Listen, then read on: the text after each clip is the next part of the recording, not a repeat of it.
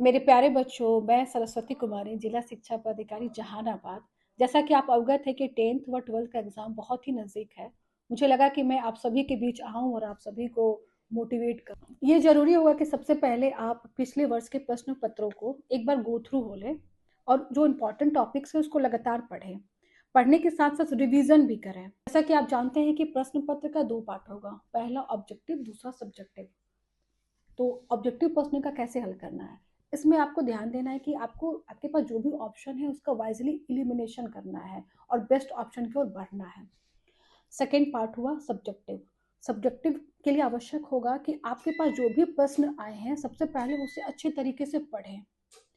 पढ़ने के बाद कोशिश करना है कि ज़्यादा से ज़्यादा पाई चार्ट, डायग्राम बनाया जाए। जैसे कि यदि क्वेश्चन पूछा जा रहा है कि खनिज का उत्पादन कहाँ है इंडिया में, तो आप एक इंडिया का मैप बनाकर उसे जो क्षेत्र जो हमारा मेनली है उस क्षेत्र को हाईलाइट करें, ताकि हमारा आंसर जो हो वो बहुत ज़्यादा प्रेजेंटेबल लगे। अभी ये भी प्रयास करेंगे कि आपका जो आंसर हो पॉइंट वाइज हो, हेडिंग सब हेडिंग में डिस्ट्रीब्यूट हो।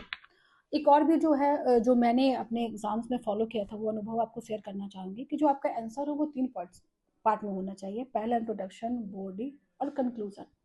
कंक्लूजन को आपको वर्तमान के समय से जोड़ने का प्रयास करना है। जैसे मैं एग्जांपल बताना चाहूँगी, जैसे जहानाबाद में बराबर की गुफा है जिसका हिस्टोरिकल महत्व है, लेकिन जब इस तरह का कोई प्रश्न आता है तो इसे हम कैसे इकोनॉमिक से जोड़ दें।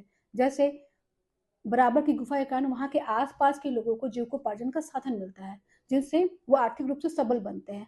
तो ये कंक्लूजन का यदि पार्ट बनता है तो वो आपका आंसर एक पूरी तरह से कंप्लीट होता है, यानी कि आपने हिस्ट्री को इकोनॉमी से जोड़ दिया, इकोनॉमी को हिस्ट्री से जोड़ दिया और एक कंप्लीट आंसर बनाया। अंतिम में मैं सभी प्यारे बच्चों को यही कहना चाहूँगी कि कोई एग्ज़ाम अंतिम नहीं होता है। अपना पूर्ण प्रयास करना है एग्जामिनेशन हॉल में। परिणाम जो भी हो, आप और हम सभी तैयार हैं उसके लिए। बहुत बहुत शुभकामनाएं। धन्यवाद।